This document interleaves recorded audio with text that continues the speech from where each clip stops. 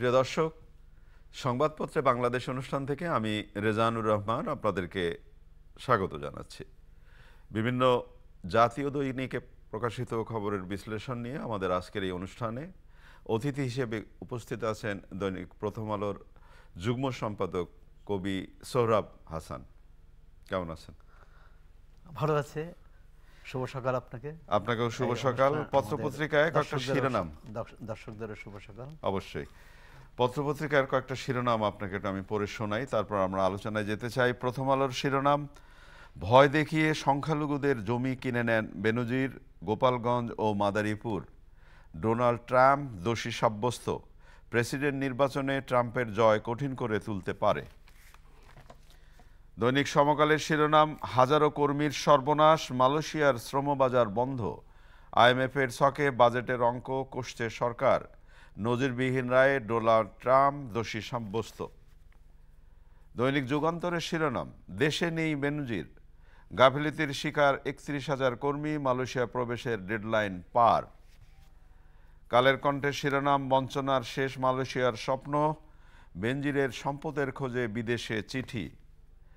দৈনিক ইত্তেফাকের শিরোনাম, আজ নির্ভীক সাংবাদিক তোফাজ্জল হোসেন মানিক মিয়ার মৃত্যুবার্ষিকী, ঈদের আগেই বাড়ছে পেঁয়াজ রসুনের দাম। বাংলাদেশ প্রতিদিনের শিরোনাম, বন্ধ মালয়েশিয়ার শ্রমবাজার, বেনজিরের খোঁজ পাচ্ছে না কেউ।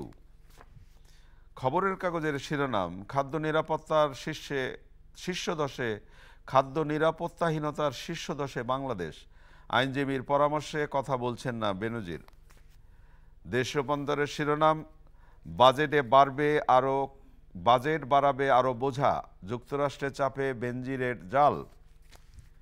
প্রতিদিনের বাংলাদেশ, রাজধানীর দাগি ভবন চেনার গুগল ম্যাপ, 2 বিশ্ববিদ্যালয়ে নিয়ম।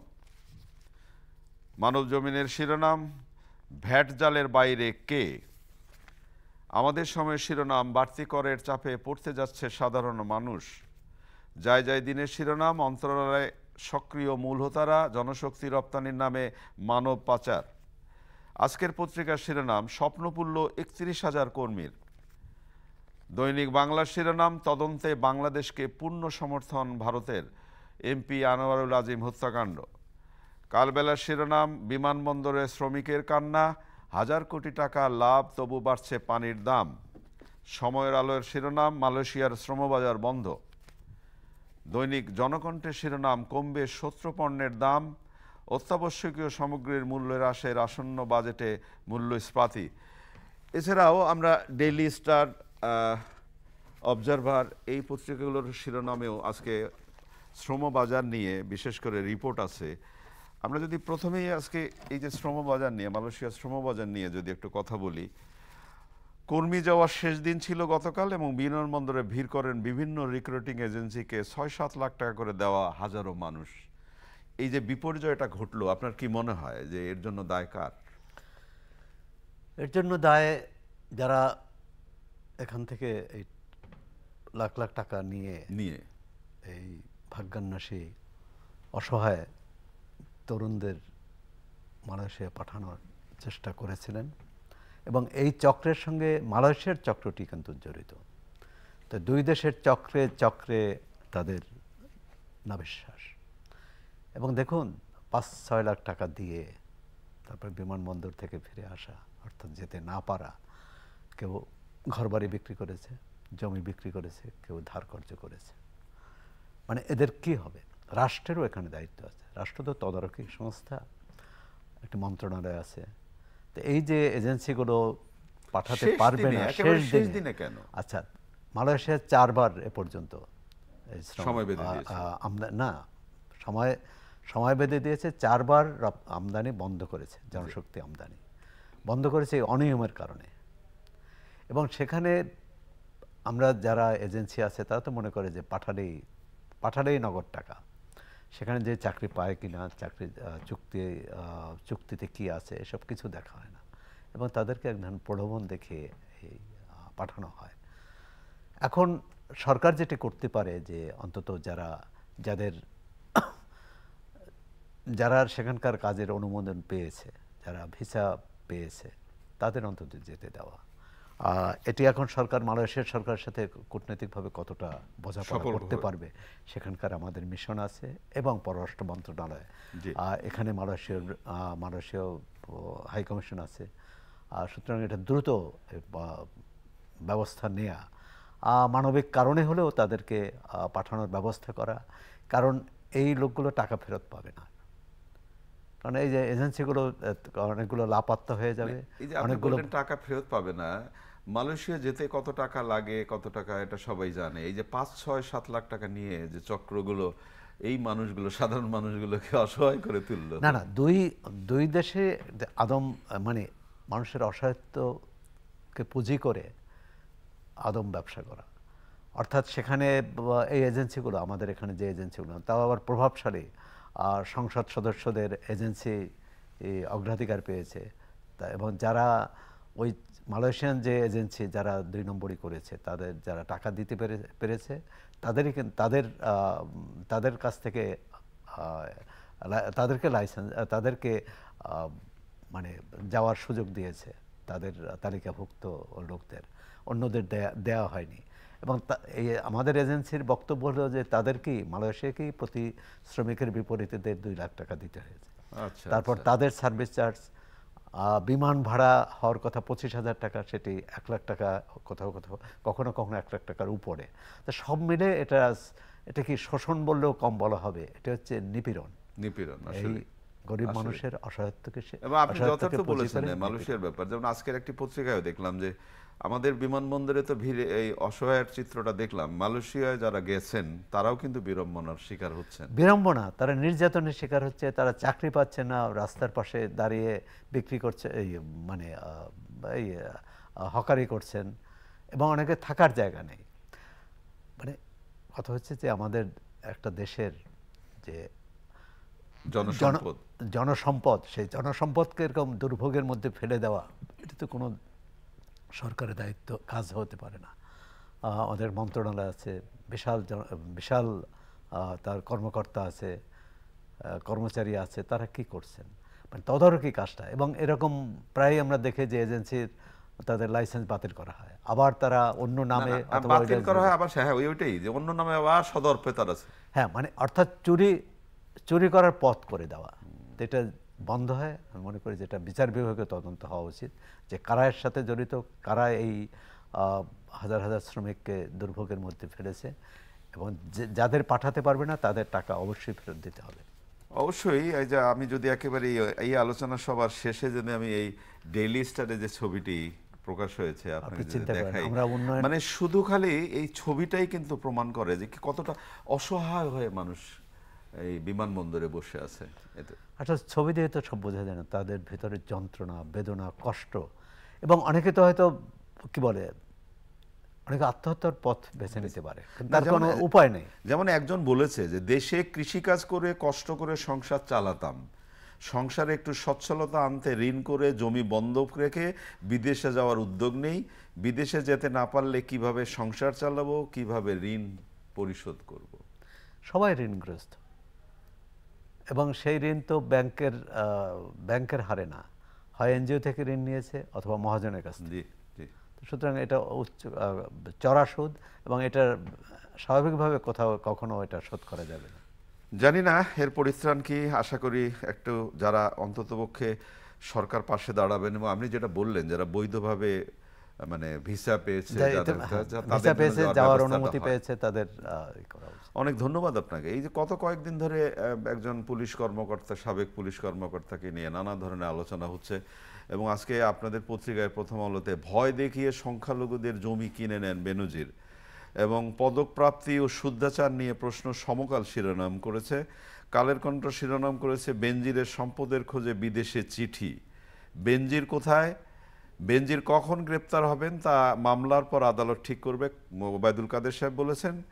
এবং দেশে নেই বেনজির, যুগান্তর রিপোর্ট করেছে। তাহলে ঘটনাটা কি? একদিন আগেই তারা রিপোর্ট করেছিল যে যুগান্তর রিপোর্ট করেছিল যে বেনজির দেশেই আছে, আত্মগোপনে আছে।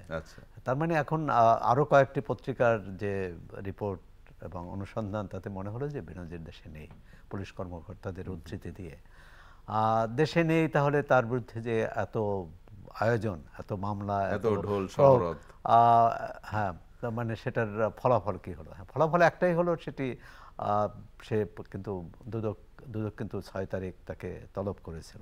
আর যদি দেশেই না থাকেন তাহলে আমরা আসবেন? দেশে না থাকলে তো আসবে না।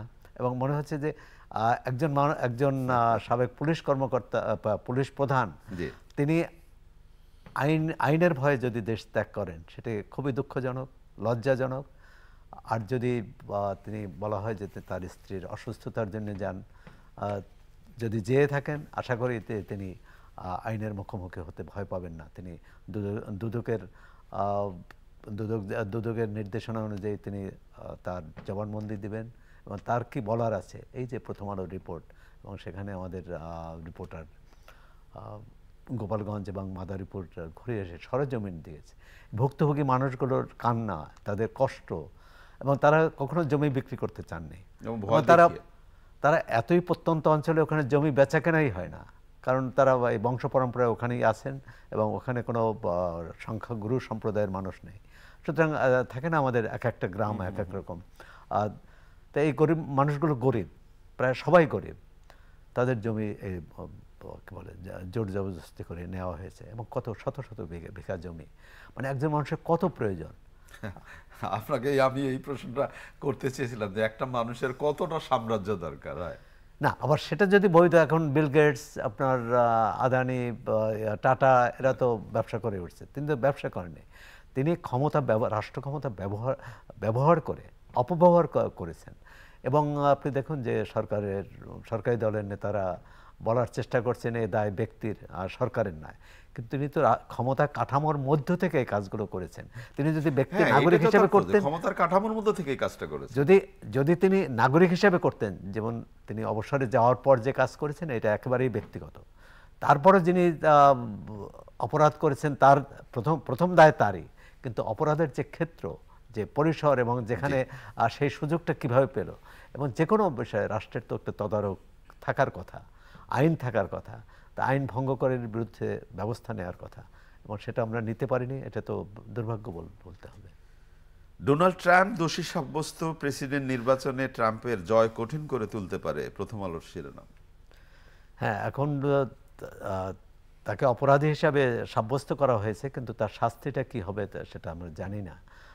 এটা স্বাভাবিক, হয়তো তিনি তারপরও রিপাবলিকান দলের মনোনয়ন পাবেন, এবং সেক্ষেত্রে তো জয় কঠিন হবেই। এমনি তিনি যখন জনপ্রিয়তায় হয়তো এগিয়েছিলেন, এখন এই মামলার পর, এই শাস্তির পর কি হবে সেটি বলা কঠিন, বা রিপাবলিকান পার্টি নতুন করে ভাবে কিনা। কারণ যুক্তরাষ্ট্রে একটাই উদাহরণ আছে এর আগে, যে একজন জেলে থেকে নির্বাচন করেছিলেন। এখন ডোনাল্ড ট্রাম্প দ্বিতীয় উদাহরণ হবেন কিনা, জেলে থেকে নির্বাচন করতে পারবেন কিনা সেটাও একটা তো, সেটি হয়তো আদালতের রায় করবে, বা তিনি যদি আপিল করেন। আর সেটা আমাদের এখানেও অনেকে জেলে থেকে নির্বাচন করেছেন অতীতে। অনেক ধন্যবাদ। ক্রিকেট এবং ক্রিকেট নিয়ে এখন একটা তোলপাড় শুরু হবে। আগামী 1 মাস আমরা আলোচনা করব অনেক, এবং আজকে টি-20 বিশ্বকাপ নিয়ে বাংলাদেশের যে অবস্থান বা অবস্থা, সেটা আমরা বোধহয় একটু নড়বড়েই দেখতে পাচ্ছি কিনা জানি না। সাম্রাজ্য বিস্তারের বিশ্বকাপ আজ শুরু হচ্ছে, আপনাদের পত্রিকার শিরোনাম, এবং 20টি দল খেলছে। তো এই যে ক্রিকেট উন্মাদনায় বাংলাদেশকে নিয়ে কি ভাবনা আপনার? না, আমরা তো চাইবো যে আমাদের দল ভালো করবে। এখন ভালো করবে এর অর্থ যে আমরা বিশ্বকাপ জয় করে আনবো তা না, কিন্তু দেশে অনেকগুলো খেলায় তারা ভালো করেছে, আবার অনেকগুলো খেলায় ভালো করতে পারেনি। বিশেষ করে দেশের বাইরে যেসব খেলা হয়, যেসব টুর্নামেন্ট, বেশিরভাগই খারাপ করে। তো সুতরাং একটা শঙ্কা আছে যে তারা কি করবে। এবং গত কয়েক মাসে একটা নেতৃত্ব নিয়ে, তারপর বোর্ডের সাথে নানা রকম ঝামেলা ছিল, টানাপোড়েন, প্রার্থী বাছাই, অধিনায়ক বাছাই ইত্যাদি ইত্যাদি নিয়ে কিন্তু বিভ্রান্তি আছে। সেটি যদি খেলার উপর পড়ে তাহলে তো সেটা বিপদ। তবে আমরা চাই যে অন্তত বাংলাদেশ তো টেস্ট, মানে টেস্টে টেস্ট খেলার যে কয়টি দল আছে তার মধ্যে একটি, 9টি সম্ভবত টেস্ট খেলুড়ে দেশ। হ্যাঁ, টেস্ট খেলুড়ে দেশ। তা সেক্ষেত্রে অন্তত সেই 9-এর মধ্যে থাকবো, সেটা তো আমরা প্রত্যাশা করতে পারি। এবং 9-এর মধ্যে আমরা 6, তারপর আশা করবো আমরা 6-এর মধ্যে থাকবো, 3-এর মধ্যে থাকবো। এরকম যদি আমরা আগাতে পারি তাহলে, কারণ এই উপমহাদেশেরই তো বাংলাদেশের বাইরেও 3টি দেশ খুব ভালো করেছে, পাকিস্তান, ভারত এবং শ্রীলঙ্কা। মানে একবার পাকিস্তান ভালো করে, কোনোবার ভারত, কোনোবার শ্রীলঙ্কা। কিন্তু বাংলাদেশ বিশ্বকাপে কিন্তু এখনো ভালো পারফরমেন্স দেখাতে পারেনি। এবার আমরা আশা করি ভালো দেখাবে, অন্তত ভালো খেলা দেখিয়ে তারা জয় পরাজয় যাই হোক, ভালো খেলা দেখিয়ে তাদের দর্শকদের সন্তুষ্ট করবে। এই আশাবাদ তো আমরা করতেই পারি, কিন্তু বিশেষ করে একেবারে নবীন দল যুক্তরাষ্ট্রের সঙ্গে প্রস্তুতি ম্যাচে যে অন্তত যে খেলায় আমরা দেখলাম তাদের অবস্থান, আজকে রাতেই ভারতের সঙ্গে প্রস্তুতি ম্যাচ আছে, দেখা যাক। প্রস্তুতি ম্যাচ, হ্যাঁ প্রস্তুতি ম্যাচ তো একটা ধাক্কা বটেই প্রথম যুক্তরাষ্ট্রের সাথে, কিন্তু আশা করি এই ধাক্কা কাটিয়ে তারা সামনে এগোবে। একেবারে অনুষ্ঠানের শেষের দিকে আমি এমন একজন মানুষ নিয়ে আজকে এখন কথা বলতে চাই, তোফাজ্জল হোসেন মানিক মিয়া। আমার সৌভাগ্য হয়েছে এই পত্রিকাটিতে কাজ করবার। তোফাজ্জল হোসেন মানিক মিয়া নির্ভীক সাংবাদিক বলা হয়, এবং তার বিশেষণ, আরও অনেক বিশেষণ তাকে দেওয়া যায়। আজকে তার মৃত্যুবার্ষিকী, তার প্রতি শ্রদ্ধাঞ্জলি। এবং তিনি আমাদের পূর্বসূরি অবশ্যই। তিনি পাকিস্তান শাসনামলে পাকিস্তানি শাসকদের বিরুদ্ধে, এবং তখন কিন্তু সংবাদপত্র কিন্তু রাজনৈতিক হাতিয়ার হিসেবেই ব্যবহৃত হয়েছে, এবং তার চেষ্টা করেছে। এবং সংবাদপত্রের সম্পাদনা করতে, যে সংবাদপত্র চালাতে গিয়ে জেল খেটেছেন, বারবার তার পত্রিকা বন্ধ হয়েছে। সুতরাং অকুতোভয় বা নির্ভীক তো তাকে বলাই যায়। এবং তাদের সেই সময় রাজনৈতিক ঔদার্যও ছিল।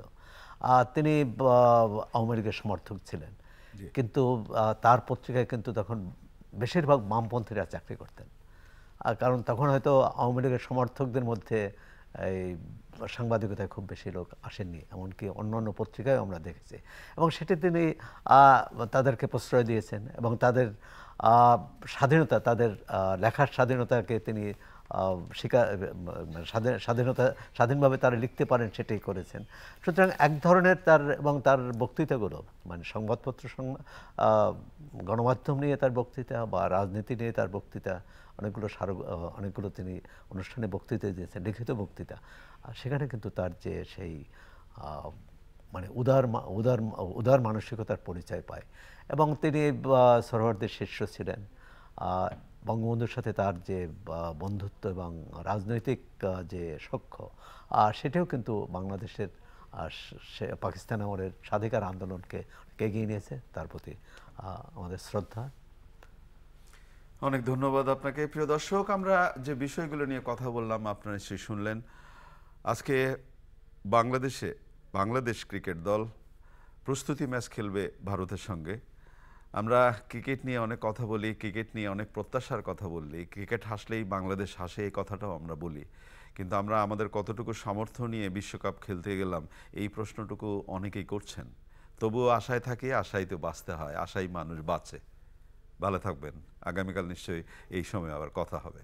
খোদা হাফেজ।